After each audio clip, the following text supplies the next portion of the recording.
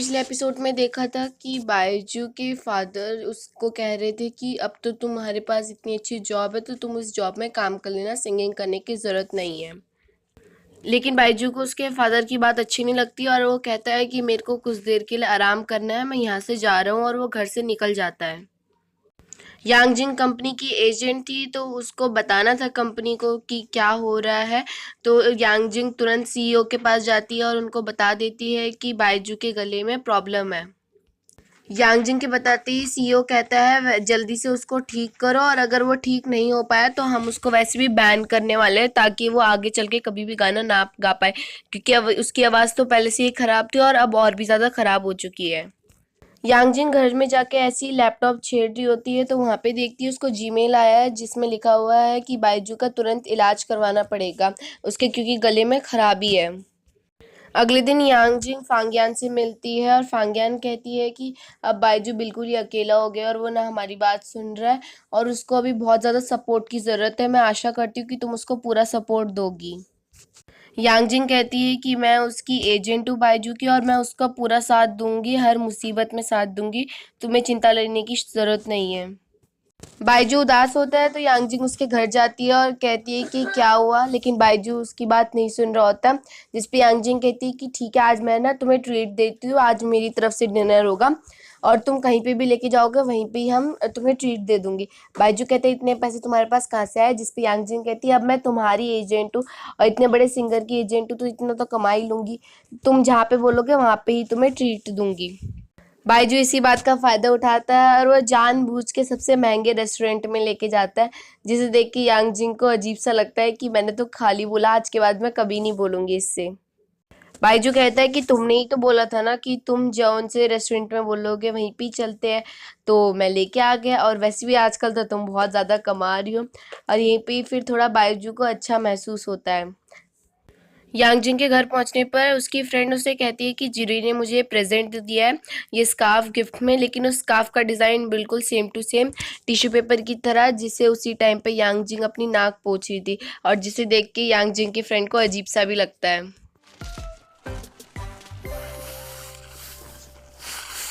यांगजिंग काम पे बैठ जाती है और वो देखती है कि ये ईमेल किसने भेजा है, किसको पता था कि बायजू के गले में खराबी है और उसको इलाज करवाना है, तो उसका एड्रेस पता करने की पूरी कोशिश करती है। बायजू नेट में देख रहा होता है प्रपोज मारने का तरीका, तो उसमें लिखा रहता है एक में कि झूले के टॉप में जाके जब भी कोई भी इंसान अपनी लाइकर को, जिसको वो लाइक करता है, उसे किस करेगा या प्रपोज करेगा तो वो हमेशा साथ में रहेंगे। बायजू सोच रहा होता है कि वो किस तरह से यांगजिंग को उस झूले में लेके जाए, तभी उसको याद आता है कि यांगजिंग ने कहा था कि तुम लिस्ट बनाओ जो जो तुम हमेशा से करना चाहते थे, और अभी ज़्यादा टेंशन लेने की ज़रूरत नहीं है, गले के बारे में मत सोचो और अपनी जितनी भी इच्छाएं हैं वो सारी पूरी करो। तो यही सोच के बायजू सोचता है कि मैं यांगजिंग को अपने साथ लेके जाऊँगा। बायजू जानबूझ के 2-3 ट्रेन्स छोड़ता है ताकि वो सही टाइम पे उस झूले में जाके रात को यांगजिंग के साथ टॉप में जाके उसको प्रपोज मार सके। तो ट्रेनें बहुत सारी छूट चुकी होती है तो ये बायजू डिसाइड करता है कि मैं रोड में जाके गाना गाऊंगा। तो वहाँ पे वही आदमी मिलता है बायजू को जिसके साथ बायजू ने पहले भी गाया था, और वो पहचान जाता है बायजू को और कहता है थैंक यू सो मच उस दिन मेरे साथ गाना गाने के लिए, क्योंकि मैंने उस दिन डिसाइड कर लिया था कि मैं तो अब नहीं गाऊंगा और अगले दिन से यहाँ पे भी नहीं आऊँगा, लेकिन जब तुमने मेरे साथ गाया आपने, तो मेरे को अपने अंदर विश्वास आया और तब से मैं रोज़ ही यहाँ पे आ रहा हूँ गाना गाने, तो थैंक यू सो मच। वो आदमी वहाँ से चले जाता है और बायजू को अकेले गाना गाने के लिए देता है, और बायजू वहाँ पे ही गाना गाने लग जाता है, जिसे सुन के पब्लिक उससे इम्प्रेस हो जाती है और वहाँ पे भीड़ लग जाती है। बायजू साथ ही साथ यांगजिंग को झूला झुलाने के लिए लेके जाता है, तो वो बहुत सारे झूला झूलते हैं। बायजू यांगजिंग को उस झूले में बैठा लेता है और उसके टॉप पे पहुंचने तक का वेट करता है, और तभी बायजू बात करता है यांगजिंग से कि तुम्हें पता है कि जो भी इस झूले में बैठ के लड़ाई करता है और टॉप पे जाने के बाद भी लड़ाई करता है, तो वो हमेशा से लड़ाई करता रहेगा बाद में भी, और मैं नहीं चाहता कि मेरी असिस्टेंट से मेरी लड़ाई हो। लेकिन यांगजिंग को इन सब चीज़ में कोई भी ट्रस्ट नहीं होता और वो कहती है कि ये सब सिर्फ झूठ है। झूला टॉप में ही पहुंचने वाला होता है, बायजू यांगजिंग के बगल में बैठ जाता है और उसको जल्दी से किस कर देता है। यांगजिंग बायजू पे चिल्लाती है, लेकिन बायजू कहता है कि मैं नहीं चाहता कि मेरी तुम्हारे साथ लड़ाई हो, इसीलिए। रात को सोते समय यांगजिंग बाइजू का गिफ्ट निकाल के देख रही होती है और बाइजू को ही याद कर रही होती है। बाइजू भी डायमंड को देख रहा होता है जो कि उसकी मॉम ने दिया था, और उसकी मॉम ने ये कहा था कि ये डायमंड उसे ही देना, उसी लड़की को जिसको तुम लाइक करोगे। तो वो उसी डायमंड को देख रहा होता है और डिसाइड करता है कि अब ये डायमंड जो है मैं यांगजिंग को दे दूंगा। सीईओ चिन यांगजिंग को कॉल करता है और कहता है कि बाइजू बहुत टाइम से मेरे रिस्पांस नहीं दे रहा, वो कहाँ पे है, और वो यांगजिंग पे चिल्लाता भी है और कहता है कि अगर उसने तुरंत मुझे कॉल नहीं करा और मुझे इन्फॉर्म नहीं करा तो मैं उसको अभी ही बैन कर दूंगा। यांगजिंग उस टाइम पे अपने अंकल के साथ बैठी होती है, होटल में काम कर रही होती है, और अंकल उसको परेशान देखते हैं तो यांगजिंग सब कुछ बताती है कि हम हॉस्पिटल गए थे तो वहाँ पे पता चला है कि बाइजू को थोड़ा रेस्ट लेने की ज़रूरत है, उसके गले में थोड़ी खराबी है। यांगजिंग के अंकल उसे दवाई देते हैं और कहते हैं कि बाइजू को इसको खाने के लिए बोलना, थोड़ा बाइजू को आराम मिलेगा इसे खाकर। यांगजिंग कल के बाद बाइजू को देखना नहीं चाहती थी, उसे शर्म आ रही होती है तो वो एक बच्चे से कहती है कि ये बाइजू को जाके दवाई दे देना। लेकिन वो बच्चा बाइजू से कहता है कि तुम्हारी गर्लफ्रेंड इतना शर्मा क्यों रही है, ऐसा तो नहीं लग रहा आप तुम्हारी लड़ाई हो रही है, और ये छोटे से काम के लिए तुम्हारी गर्लफ्रेंड तुम्हें खुद भी दे सकती थी ये। बाइजू उस बच्चे से थैंक यू बोलता है मुझे दवाई देने के लिए, और उस बच्चे के जाते ही वो दवाई जानबूझ के गेट के बाहर रख देता है और अंदर से देख रहा होता है कि यांगजिंग कब उस गेट के पास आएगी। और जैसे ही यांगजिंग गेट के पास आती है तो बाइजू उसको फटाफट से अंदर खींच लेता है कमरे में। बाइजू कहता है कि वो बच्चा सही बोल रहा था, तुम्हें इतनी शर्माने की ज़रूरत नहीं है, और वैसे भी अब तो हम रिलेशनशिप में हैं, जिस पे यांगजिंग कहती है बिल्कुल भी नहीं है, ऐसा कुछ नहीं है। यांगजिंग बाइजू को दवाई देती है और कहती है कि अंकल ने दिया और इसको तुम खा लेना, और ये भी बताती है कि तुम जो है जल्दी बैन होने वाले हो तो तुम्हें थोड़ा रेस्ट कर लेने की ज़रूरत है। बाइजू और यांगजिंग ये भी डिसाइड करते हैं कि हम तुरंत अमेरिका जाके बाइजू का इलाज करवाएंगे, जिस पे बाइजू कहता है कि तुम भी मेरे साथ चलोगी तभी मैं जाऊंगा, जिसमें यांगजिंग कहती है ठीक है, और बाइजू कहता है मैं तुरंत टिकट बुक करवा लेता हूँ जिससे हम इसी हफ्ते तुरंत चले जाएंगे हमारा इलाज करवाने के लिए। जिरुई यांगजिंग को कॉल करता है और कहता है कि क्या तुम मुझसे मिलोगी आज, क्योंकि मैं कल कहीं जाने वाला हूँ, जिस पे यांगजिंग मना कर देती है और कहती है कि मैं खुद अभी थोड़ा बिजी हूँ, हम थोड़ी दिनों बाद मिलेंगे। बाइजू फिर से डॉक्टरों के पास ट्रीटमेंट करवाने जाता है, जिस पे डॉक्टर कहते हैं कि तुम्हारे गला जो है थोड़ा ज़्यादा ही ख़राब है, तुम्हें इसको ध्यान देना चाहिए वरना कहीं ये ख़राब ना हो जाए, और अगर तुम चेंज भी करवाते हो तो तुम्हारी आवाज़ जाने का भी खतरा है। जीरोई की रीच बढ़ने लग गई थी और कंपनी वाले भी बाइजू की सारे पोस्टर्स उतार के वहाँ पे जीरोई की पोस्टर्स लगाने लग गए थे। एक पार्टी रखी जाती है जीरोई की वजह से, क्योंकि वो बहुत ज़्यादा अब ग्रोथ हो रही है उसकी। जीरोई अपने असिस्टेंट से जाके कहता है कि यांगजिंग कहाँ पे है, जिस पे उसके असिस्टेंट कहती कि यांगजिंग शायद से बाइजू के साथ है, और अभी उसने मुझे ज़्यादा बताया नहीं है कि वो क्यों बाइजू के साथ है, क्योंकि यांगजिंग ने ये बात लीक नहीं करी होती कि बाइजू की आवाज़ में प्रॉब्लम चल रही है। और ये बात सुन के जीरोई को बहुत गंदा लगता है कि यांगजिंग बाइजू के साथ है। यांगजिंग और बाइजू दोनों के दोनों दोबारा से अंकल के पास जाते हैं, क्योंकि उनकी दवाई जो है बाइजू को थोड़ी अच्छी लगी और उससे थोड़ा बाइजू को आराम भी हुआ। बाइजू वहाँ पे अंकल से बहुत अच्छे से पेश आता है और उनकी खाने की भी तारीफ करता है, और यांगजिंग कहती है कि अंकल क्या आप हमें वो दवाई वापस देंगे, जिस पे उसके अंकल मना कर देते हैं और कहते हैं कि मैं वो दवाई नहीं दे सकता क्योंकि मेरे पास वो लास्ट पड़ा था, और अगर तुम्हें चाहिए तो मैं तुम्हें एड्रेस बता दूंगा, तुम वहाँ पे जाके दोबारा ये दवाई ले सकती हो। बाइजू के फादर कुछ और ही डिसाइड कर रहे थे बाइजू के लिए, और अपने मैनेजर से कह रहे थे कि तुम फटाफट से ये सब चीज़ों का इंतज़ाम करो।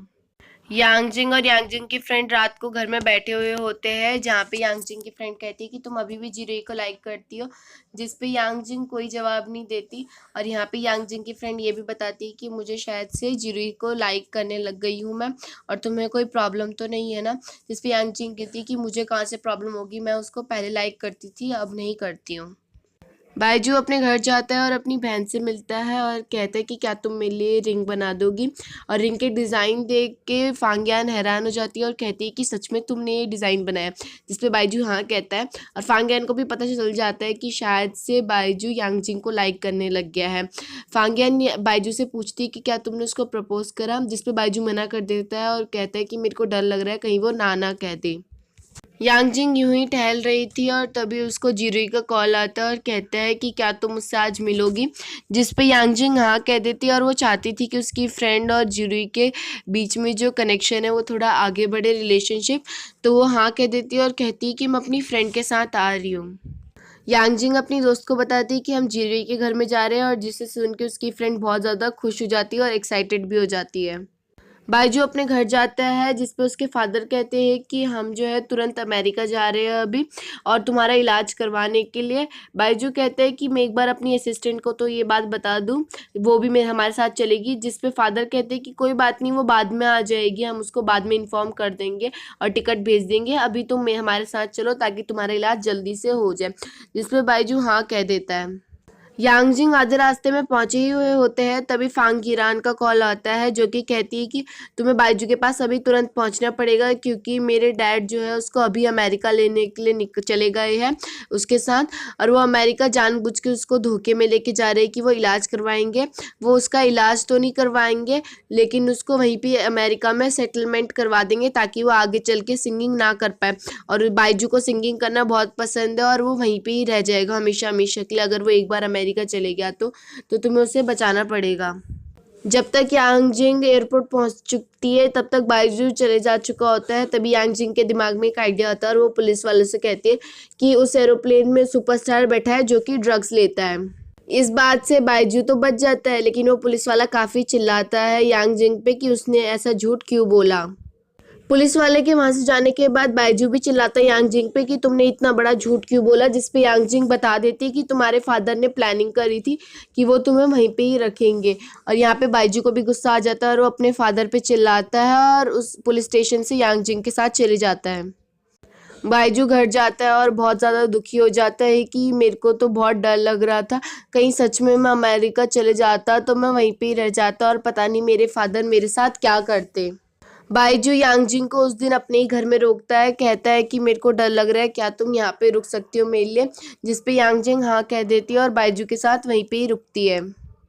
यांगजिंग की फ्रेंड और जिरुई यांगजिंग का काफ़ी देर तक वेट करते हैं लेकिन आज रात को तो यांगजिंग को वहीं पे बाइजू के साथ रुकना था, जिस वजह से वो नहीं आ पाती। तो यांगजिंग की फ्रेंड जिरुई से कहती है कि हम अपनी पार्टी कर सकते हैं, कोई बात नहीं, यांगजिंग नहीं आई तो ये खाना बर्बाद नहीं जाना चाहिए। यांगजिंग की दोस्त जिरुई को प्रपोज मार देती है और कहती है कि आई लाइक यू, और वो जिरुई के क्लोज जाती है। जिरुई भी क्लोज आता है उसकी दोस्त के, लेकिन थोड़ी देर में उसको होश आता है और वो वहाँ से भग चले जाता है क्योंकि अभी भी जिरुई यांगजिंग को ही लाइक करता है और वो उसके अलावा किसी और को लाइक नहीं करना चाहता है। अगले दिन जब यांगजिंग सुबह उठती है तो बाइजू ऑलरेडी उठा हुआ होता है और वो यांगजिंग के लिए भी ब्रेकफास्ट बनाता है और साथ दोनों के दोनों साथ में ब्रेकफास्ट करते हैं। बाइजू कहता है कि थैंक यू रात को यहाँ पे रुकने के लिए, मेरे को आज बहुत अच्छा महसूस हो रहा है।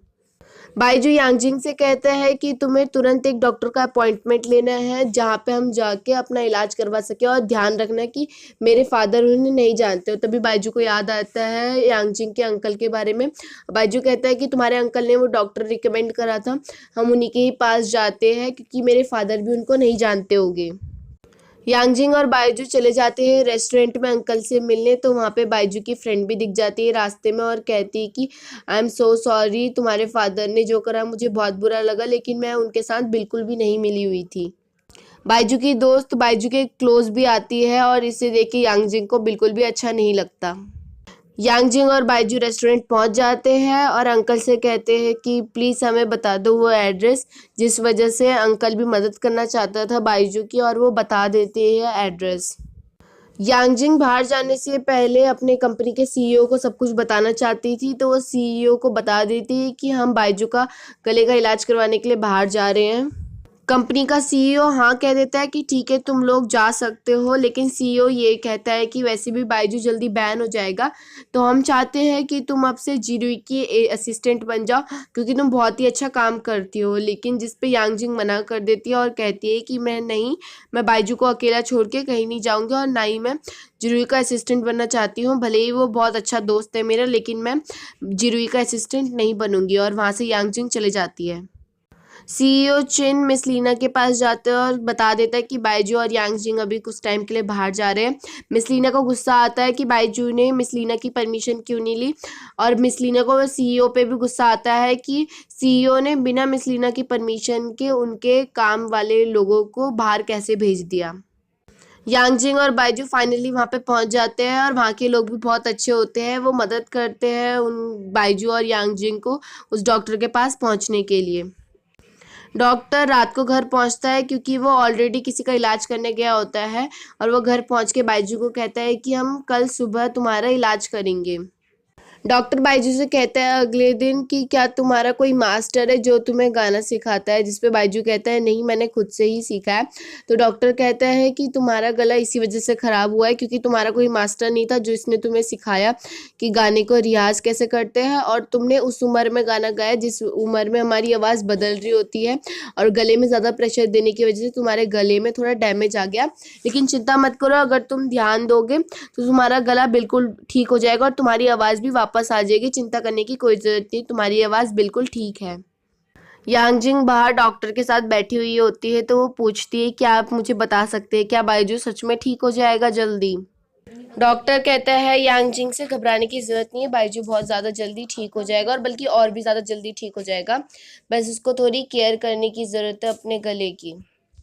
रात को बायजू और यांगजिंग सितारे देख रहे होते हैं। तब बायजू कहता है कि अंकल ने जानबूझ के हमें यहाँ पे भेजा है, मेरा गला बिल्कुल ठीक था, उन्होंने इसलिए मुझे यहाँ पे भेजा है ताकि मेरे को सॉन्ग का मतलब पता चले। तुम ध्यान से सुनो, आवाज़ें कितनी अच्छी आवाज़ है, और यहाँ पे मेरे को इतना अच्छा लगा है पूछो मत। और इस बात पे मुझे अंकल को बहुत ज़्यादा थैंक यू कि उन्होंने मुझे ऐसी जगह भेजा।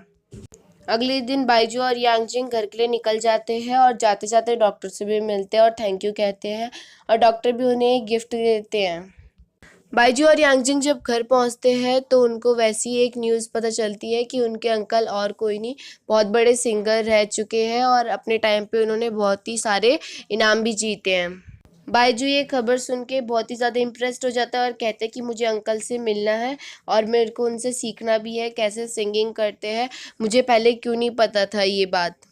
बायजू और यांगजिंग अंकल से मिलने के लिए निकल जाते हैं। बायजू भी बहुत एक्साइटेड होता है और वो हैरान होते हैं कि वो अभी तक एक बहुत बड़े सिंगर के साथ रहते थे। यांगजिंग और बायजू जब रेस्टोरेंट में पहुंचते हैं तो वहाँ पे बंद का साइन लगा रखा होता है, और वहाँ पे यांगजिंग हैरान हो जाती है कि आज तक कभी भी ये दुकान बंद नहीं रही, आज कैसे बंद हो गई। और यांगजिंग को तब याद आता है कि अंकल ने हमें वहाँ पे भेजा था और उनको लग रहा था कि हमें कहीं उनके बारे में सब कुछ पता चल गया होगा, इसलिए वो अब यहाँ से जा चुके हैं। यांगजिंग और बायजू बहुत ज़्यादा उदास होते हैं और सोच रहे होते हैं कि अंकल कहाँ गए कहाँ गए। यांगजिंग कॉल भी करती है अपने अंकल को, लेकिन वो नहीं उठा रहे होते हैं। और यांगजिंग ये भी कहती है कि किसी ने मुझे जीमेल करा था कि तुम्हारे गले ख़राब है और तुम्हें डॉक्टर से इलाज करवाना चाहिए। और यांगजिंग और बायजू को तब लगता है कि शायद से वो और कोई नहीं, अंकल ही थे जिन्होंने मैसेज करा था। बायजू कहता है चिंता करने की ज़रूरत नहीं है, मैंने अंकल को मैसेज कर लिया और पक्का ये सुन के या देख के अंकल बहुत ज़्यादा इम्प्रेस्ड हो जाएंगे। बायजू ने अंकल को मैसेज लिखा था कि आप बहुत ही ज़्यादा अच्छे हैं और थैंक यू मेरी मदद करने के लिए, और इतना मक्खन लगाया होता है उस मैसेज में पूछो मत। और यहीं पे ही हमारा एपिसोड नंबर 30, 31, 32, 33 और 34 हमारा कंप्लीट होता है। Thank you.